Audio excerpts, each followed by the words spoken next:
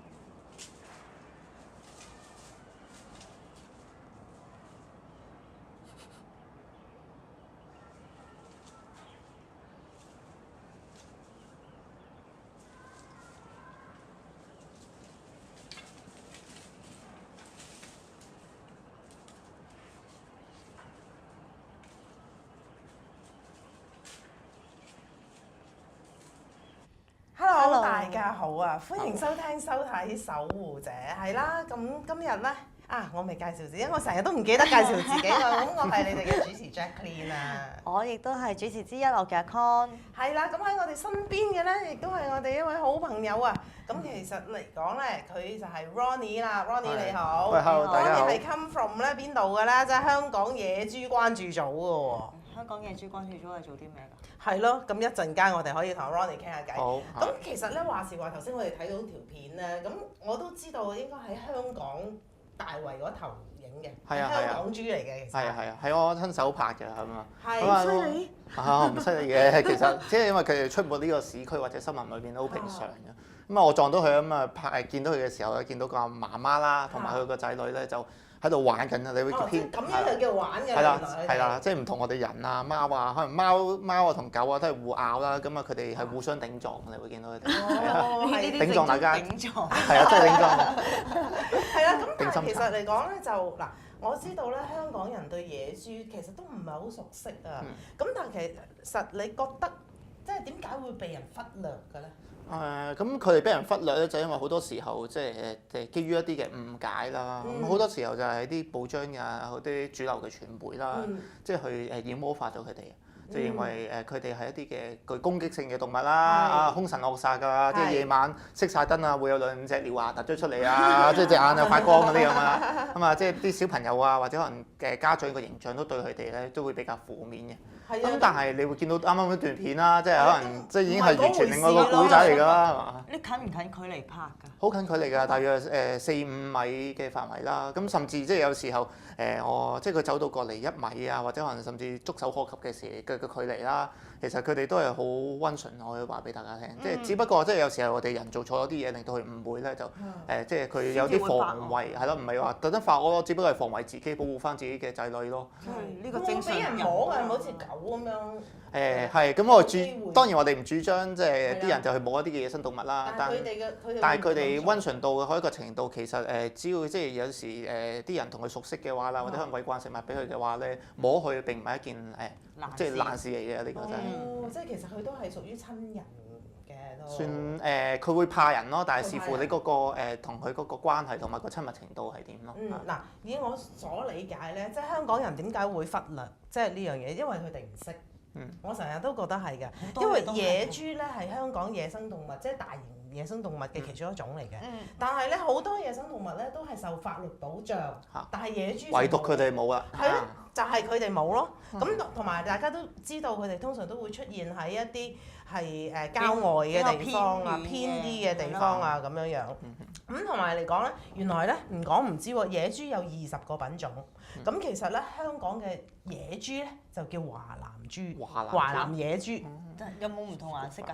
係咯。有㗎，佢啲毛色都唔同㗎，即係啲毛嘅長度啊，同埋即係個體格都唔同嘅。即係叫做統一叫做華南野豬咁。係啦，華南野豬。咁香港呢個就係一個嘅本土嘅物種嚟㗎咯，即係並唔係去外來啊引入啊，係啊，即係佢哋個來源咧好好笑嘅。咁有啲嘅街坊啊同我哋講，其實係以前咧好多嘅養豬戶啦，咁就即係養完啲豬啦，就即係農業嗰時候，即係農業嗰時好興旺嘅時候咧，就養啲豬啦，咁啊咁啊點知城市發展啦，個個出去打晒工啦，咁結果留翻啲豬咧就喺原地度，甚至有啲農民咧就放咗啲豬上山嘅，咁漸漸地咧佢哋同一啲嘅即係野化咗啊，或者甚至同一啲嗰時候嘅野豬咧有啲嘅交配啊，咁所以而家出嚟咧見到啲野豬係混種嘅。並唔係即係會見佢個鼻長長啊，其實只不過個模式唔同，佢個家豬嗰個嘅性格啊，或者甚至個五官咧都好類近嘅。咁呢啲即係一個好香港嘅一個本土嘅原居民嚟添。即係其實都係野豬同其他動物一樣，都係俾人遺棄出嚟演變而成啦。係㗎。咁但係其實咧，我又睇到資料好得意喎。咁其實家豬又點樣嚟咧？其實就係話説8000年前由野豬演變出嚟嘅。因為野豬咧，其實佢個生長速度比家豬慢嘅，同埋個體型細啲嘅。我就想知道啦，野豬點解個生長速度會慢過家豬？係咪因為冇啖好食啊？野豬個生長速度啊，你知係佢嗰個嘅體格啊，定係即係嗰個身形啊，個體格啊嗰啲。因為通常家豬我哋見到嘅都會可能肥肥白白咁樣。係啊，我諗即係一嚟係家豬啦，少運動量啦。而家你見佢嗰啲家豬嘅真係我唔知算唔算係家啦。其實佢韞喺一啲嘅籠裏面啦。一日朝頭早都擘大眼就其實瞓覺，活動空間都不足嘅。咁我哋都親身其實我哋野豬關注組嘅其實都即係除咗關注野豬，都好想留心下啲家豬，都會得閒去經過元朗嗰啲嘅豬場都會望一望先。咁佢哋都好食好住嘅，所以體格都比較肥胖嘅，咁啊攞出去賣啦。咁但係野豬嗰邊可能運動量就比較多嘅，咁佢哋就即係據漁護署嘅資料啦，咁啊最重嘅都係可以去到200公斤或以上添，甚至係啊，咁就係好重㗎，即係可能大約都有4-5個，可能有你哋10幾個啦，係嘛？咁佢哋點解會即係比較健碩少少啦，同埋啲毛會比較粗疏啲啊，即係粗糙啲啊咁講，因為佢成日都要穿過啲樹林啊，咁啊要保護翻自己啲皮膚啦。咁仲有啲好得意嘅資料就係譬如話啲野豬仔啊，咁啊喺佢哋大約1-2個月嘅時候，或者啱啱出生咧嘅時候咧，佢哋係一啲嘅斑紋啊嘅即係嗰個毛色毛色係斑紋嘅。咁啊就因為係一個嘅保護顏色啦，當即係因為一胎嘅野豬走埋一齊嘅時候咧，嗰啲嘅斑紋顏色咧就令到一啲嘅獵食者咧揾唔到佢哋嗰個藏身嘅地點啊，眼花繚亂啊，令到佢哋係啦保護色嚟嘅，簡單嚟講。都好得意喎，想像係啦。咁但係漸漸大嘅時候咧，咁嗰啲色就會蛻變咗啦，就好似你啱見到嗰條片段咁啊，灰地嘅。咁啊夏天嘅時候熱得滯咧，佢又會攞啲身體咧揩落嗰啲樹枝度咧，咁就拗甩自己啲毛，咁啊變成光脫脫㗎喎。係啊，好得意㗎。係啊，有機會可以即係我再揾啲相俾你睇睇。我見到有啲野豬有毛，有啲就係冇乜毛。係啦，即係有時因為夏天嘅時候，佢哋磨甩啲毛就比較稀疏少少咯。其實應該就夏天見到嗰啲咧就甩咗啲毛。冇毛豬啊！嗱，雖然雖則野豬係咁啦，但係其實我覺得咧。睇翻香港政府啦，就算漁護署個 official 網頁咧，但係好可惜，其實佢哋都係將個野豬嗰個形象係負面化。譬如話有陣時見到啲野豬啊，成日應該係要叫市民去報警啊，又話會破壞佢哋嗰個高爾夫球場同埋一啲農作物嘅會話，咁所以變咗咧，其實真係頭先睇咗段片就知道。完全兩回事嚟嘅。係啊，我要幫啲野豬平反啊！我哋講呢樣嘢真係。咁啊，其實好多時候咧係我哋人咧去入侵咗佢哋地區啦。譬如話你高爾夫球場又好啊，我哋已經霸佔咗佢嘅地方㗎啦。佢本身都係原居民嚟㗎啦，已經喺呢度。咁啊，牛啫嘛。牛咁一樣啫嘛。咁啊，市區裏面我哋又市區發展啦，又起樓又起村屋，佢都冇地方好住啦。咁所以佢落到去市區嘅時候，啲人就反而當佢係妖怪喎。係啊，咁啊最慘嘅地方咧，而家係香港咧有兩支嘅即係政府啦，都其實批一啲牌啦，俾兩支嘅民間嘅狩獵隊咧，係啦，一陣間我哋就會慢慢去射殺呢啲野豬啦，真係好過分好慘有呢個情況。係啊，咁嗱話時話啦，咁我都知道你喺其他媒體都講咗好多次㗎啦，咁但係上嚟始終第一次講下係啦都要講，咁但係其實點解會有即係香港野豬關注組會成立咧？哇，當然我樂意講。咁啊，關注組點解成立咧？其實就係因為由於一件事嘅，咁啊係大圍裏面啦，咁啊有一次啦，咁我哋就我記得上次發生完之後，又即刻喺係啦，即刻上你節目傾係啦，有睇住你哋出世，個個都眼曬，好眼瞓咁啊上你節目咁樣，好攰。咁啊啱啱好咧，因為嗰日咧就我哋就阻止咗一隊嘅狩獵隊啦，去射殺一啲嘅野豬。咁啊初頭即係其實我未接觸野豬之前咧，我都會有個幻想嘅，同普通人一樣咯，話會唔會好惡㗎？會唔會即係會撞人啊、攻擊性啊咁樣嘅？但係我喺第一個畫面，我去到嗰個地方咧，就見到佢同隻貓玩。你係無意中見到件事嘅？係啊，無意中嘅。即係見到佢同貓玩啦。咁就其實當時候咧，其實都有啲嘅狩獵隊咧，都已經喺嗰個天橋上面已經準備咧去執行佢嘅行動啦。咁就佢哋荷槍實彈咧，就打算去射殺呢啲嘅野豬嘅。係。咁啊點解咧？射殺佢嘅原因咧好得意啊！咁又係附近一條村嘅村長啦，就投訴佢哋話：呢啲嘅野豬偷食咗我哋生果嘅。咁啊嗰啲生果咧就係原來係我哋拜祭啲先人剩得落嚟嘅生果嘅。咁啊佢哋認為就破壞咗財物，就向呢個漁護署咧投訴啦。咁啊漁護署竟然咧有批俾佢哋去即係呢個民間狩獵隊咧去出動嚟射殺啲野豬喎。咁啊我哋了解咗件事之後，就覺得喂好唔公義，亦都唔係一個合理嘅理由啦，即係就算即係你正常人你拜祭完啲生果留喺原地嘅，可能你都係俾蟻食，因為俾其他流浪狗啊，可能俾啲蛇蟲鼠蟻去食㗎啦，即係冇理由單純因為你佢食咗你先人個生果而作為一個恰當嘅理由啦去射殺佢哋啊。咁結果我哋就同呢個嘅村長咧起咗啲嘅衝突，亦都同狩獵隊咧都起咗啲衝突咧，就即係話俾佢聽，我哋即係覺得呢樣嘢就唔合理喎，你咁樣行動嘅話，咁所以我哋就阻止咗佢行動啦。二嚟同埋即係嗰個行動時間咧，就正值咧就係小朋友啦、小學生啦去放學嘅時間嚟嘅。咁即係萬一呢啲嘅荷槍實彈嘅槍械走火嘅話咧，射傷咗啲小朋友或者家長咧，其實咧都係好威脅到佢哋本身嘅人身安全嘅。係啊，絕對係啊。咁但係你頭先講佢食生果嘅，但係野豬佢唔係食肉嘅咩？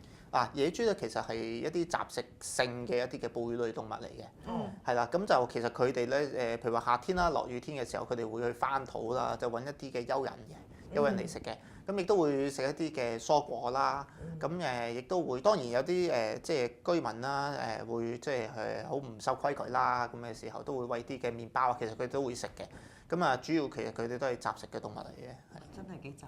係啊。咁佢哋嘅家庭觀念又係點樣？家庭觀好重家庭觀念，好似人咁嘛。係啊，咁啊好得意啊！咁佢哋就懷孕期有130日啦，咁就一年咧就大約咧就會生2次嘅，即係有2胎啦。每胎就有4至6隻啦。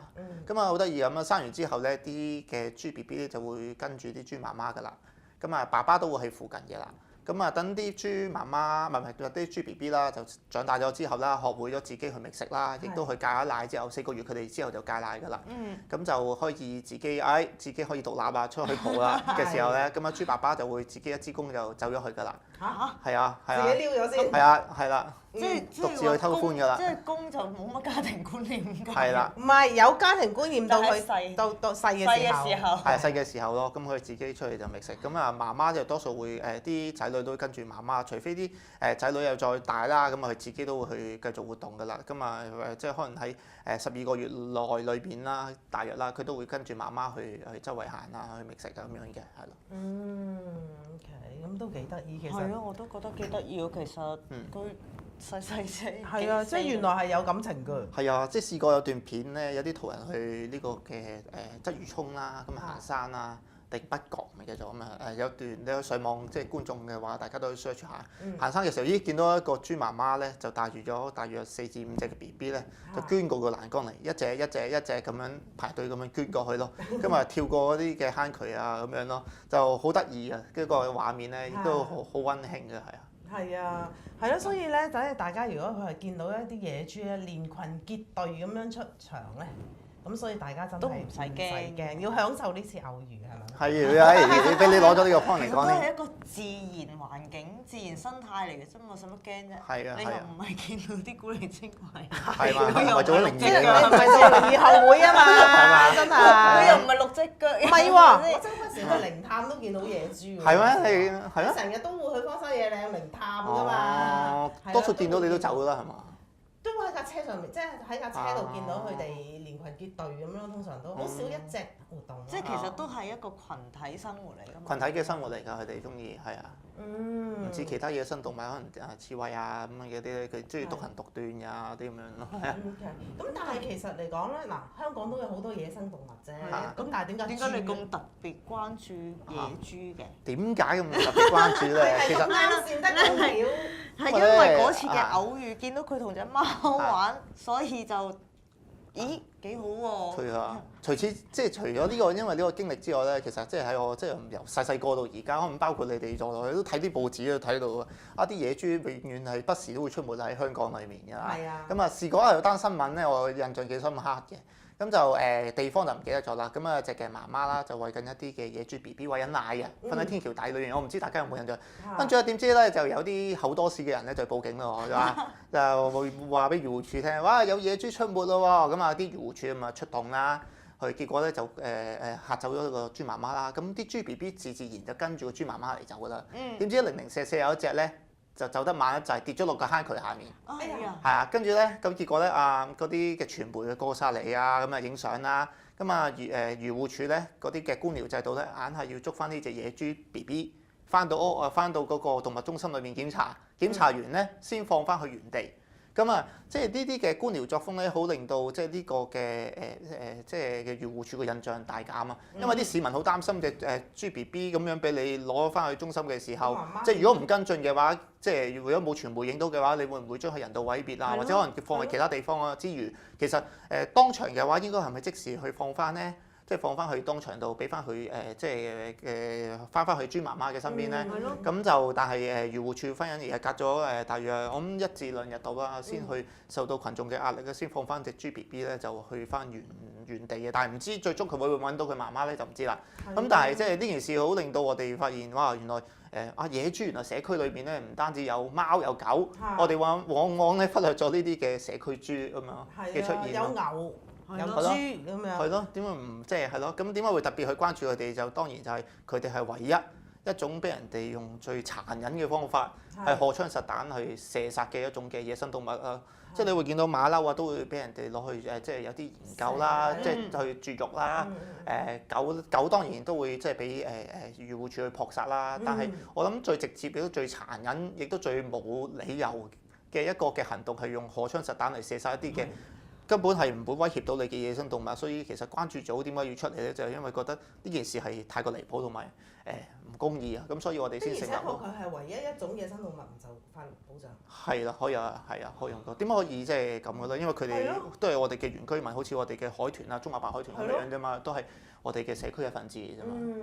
咁但係當你去揾野豬嘅時候咧，你有冇見過其他嘅野生動物？除咗牛？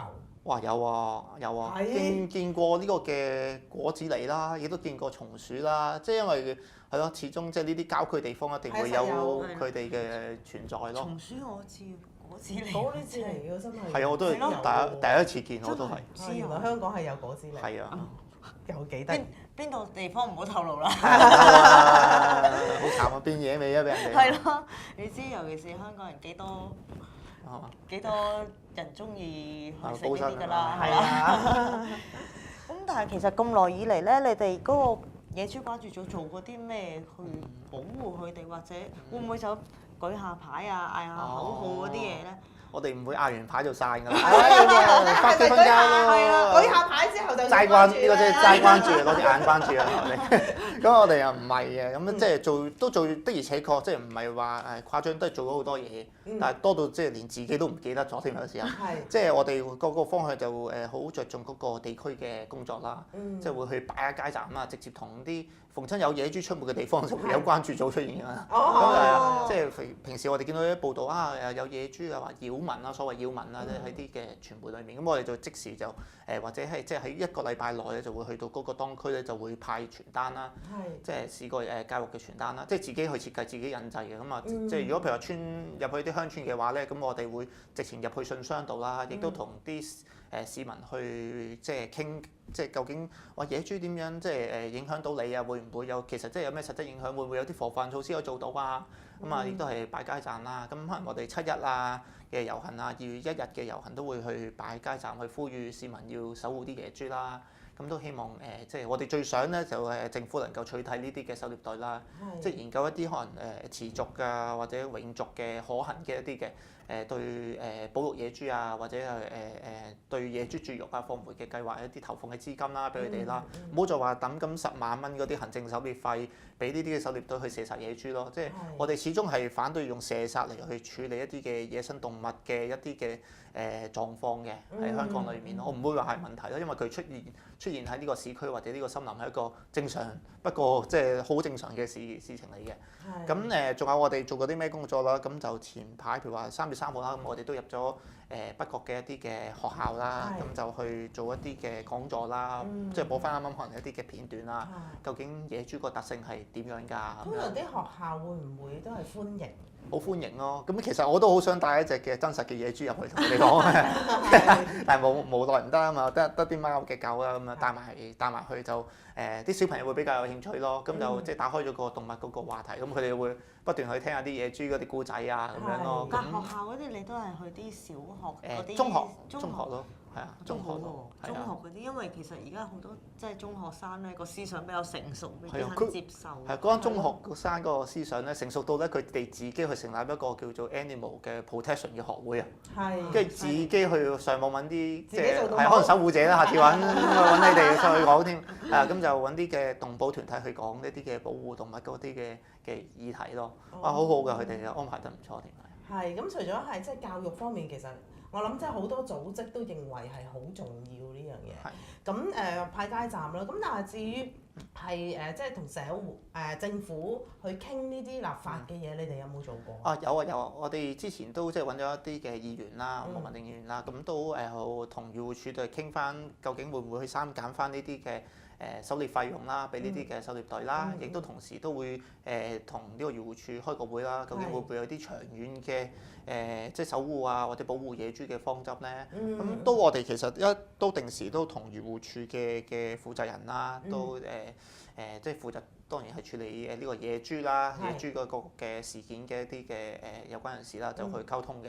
即係會唔會有啲嘅可行嘅方法啊，或者防禦嘅措施咧？唔好再去派狩獵隊去射殺啲野豬咧，咁就都會有同佢哋去溝通嘅。咁會唔會同其他組織有啲咩合作咁？組織嘅合作咧，都會有嘅，譬如都會同啲18區嘅動保專員啦，亦都有時我哋會夥拍其他嘅一啲嘅動保團體啦，去擺街站啦。咁仲有啲咩咧？咁我哋都會同嘉道理農場咧嘅專家咧，都會去徵詢佢哋嘅一啲嘅專業意見啦。因為始終佢哋都有一啲嘅保育嘅專家啦，對野豬嘅習性咧會更加有清晰嘅，或者可能有專業嘅分析啦。咁都會徵詢佢哋嘅意見嘅。咁都譬如話佢好具體都講到話呢個嘅嘉道理農場啦，一個高保研嘅一個嘅保育嘅一個嘅負責人啦，保育保護部門嘅負責人啦，都話佢政府唔應該用射殺嚟處理野豬嘅事件嘅，應該以一個絕育放回嘅計劃啦，即係長遠嚟講啦，都應該要去咁樣去研究嘅，投放啲資金嘅係值得嘅，我認為。但係實唔實行到咧？好似即係絕育、捕捉、絕育、放回嗰啲。喺外國裏面啦，其實因為佢哋就話成本貴啦，而且個效用咧仲係唔係好清，即係唔大咯。同埋即係要去即係麻醉一隻嘅野豬咧，除咗用麻醉槍之外咧，外國裏面都會擺喺一啲嘅類似嘅一啲嘅麻醉藥啦，喺啲食物裏面啦，定點嘅食物裏面啦，都係食完之後咧就即係當佢昏迷嘅時候就即刻做手術啦。咁但係我見唔到即係而家暫時政府咧有一個魄力咧去研究咧，即係去將呢個野豬咧進行絕育啦，或者再去放回翻原本嘅位置嘅。咁但係喺絕育即係做絕育呢個嘅措施之前咧。我哋又見唔到政府即係將嗰個好具體嘅數據話俾我哋聽，究竟野豬嗰個生存率啊、夭折率啊係幾多嘅？因為其實做每項嘅絕育嘅一個嘅決定之前咧，一定要有啲好具體同埋好 solid 嘅數據咧出到嚟先咧可以制定到嘅。譬如話你係貓狗嘅話，你會可能見到可能佢太過多啦 over 咗，譬如話獅子山裡面啦，即係有好多嘅流浪狗啦出現咗啦，咁即係多到一個嘅數目啊，佢哋係會有個嘅統計啦出現咗嘅。咁但係政府又冇一個具體嘅數據，只不過即係而家我哋都唔知究竟香港有幾多隻野豬嘅。漁護署就其實喺個 Griffith Square 裏面咧，即係佢哋會推算做係一個可能1公里1公里乘1公里嘅範圍裏面有啲攝錄機佢哋會裝佢出嚟嘅。咁影到幾多次嘅野豬咧？一個月裏面就推算呢格裏面有幾多嘅野豬啦？呢格裏面有幾多野豬？咁即係不斷去推算全港嘅野豬。咁而家暫時去推算到咧，就有大約有咧3000隻嘅野豬喺香港裏面出沒嘅，係啦。3000隻其實都少嘅啫喎。係咯。咁但係咧，我又想問，咁你做野豬關注組啦，咁你覺得而家香港人咧對野豬關注嘅程度係去到邊度啊？會唔會其實好少人關注？香港人關心錢多過動物啦，係嘛？我見你帶咁多街站，睇到大家嘅反應係點？係啊，咁即係大家其實不過即係值得鼓舞嘅係香港人呢，即係不諱言，即係由關注組成立至今啦，對野豬嗰個認識係不斷去提升翻嘅。係。咁甚至我哋收到漁護署嘅數字，譬如話以往啦，喺關注組成立之前啦，一年咧會射殺，即係俾民間狩獵隊咧去射殺40幾隻野豬嘅。咁一至今咧都係得個10幾頭啫，即係往年2014年嘅1月至12月期間咧，只係射殺咗大約17頭嘅野豬啫。咁即係我唔可以話我哋關注組即係好成功啦。咁但係可以見到其實市民會對於一啲嘅野豬守護嘅意識係高咗，同埋監察呢個狩獵隊或者對政府一個嘅期望咧，希望啲野豬咧就可以留翻去個社區裏面嘅。咁我哋擺街站嘅時候，一啲好具體嘅經驗啦，譬如話我哋去大圍裏面擺街站啦，咁有一個野豬出沒，即係成日出沒嘅地方啦，咁有啲嘅家長帶住啲小朋友咧，就每日去翻學嘅。咁初頭佢的而且確覺得好驚嘅，家長同小朋友見到個身形咁龐大，好驚。咁但係漸漸每日翻工翻學都見到佢嘅時候咧，佢哋就釋除咗個疑慮。同埋佢哋冇攻擊性啊嘛。係啊，冇攻擊性。係咯。反而咧係一啲好即係有啲唔負責任嘅狗主咧，就唔拖狗帶。係。反而啲狗咧就追啲野豬，咁咪即係令到大家嘅動物都受到傷害咯。其實狗主呢樣嘢咧，即係我都要呼籲佢哋要自律啊。係。咁同埋小朋友見得多野豬之後咧，佢哋就覺得佢哋原來都係社區嘅一份子，社區嘅景點嚟㗎喎。佢哋即係好似去遊樂場見到一啲 friend 咁一樣嘅，佢哋好開心啊！咁就原來我哋發覺好多時候市民啦對呢個野豬嘅誤解係嚟自教育不足同埋無知嘅。咁所以我哋都好着重地區嘅教育同埋地區嘅工作。OK，好咁但係即係至於咁耐啦，你接觸到野豬，會唔會有啲咩感人嘅故事最觸動你講下，好快脆。好啊，好快脆咁講。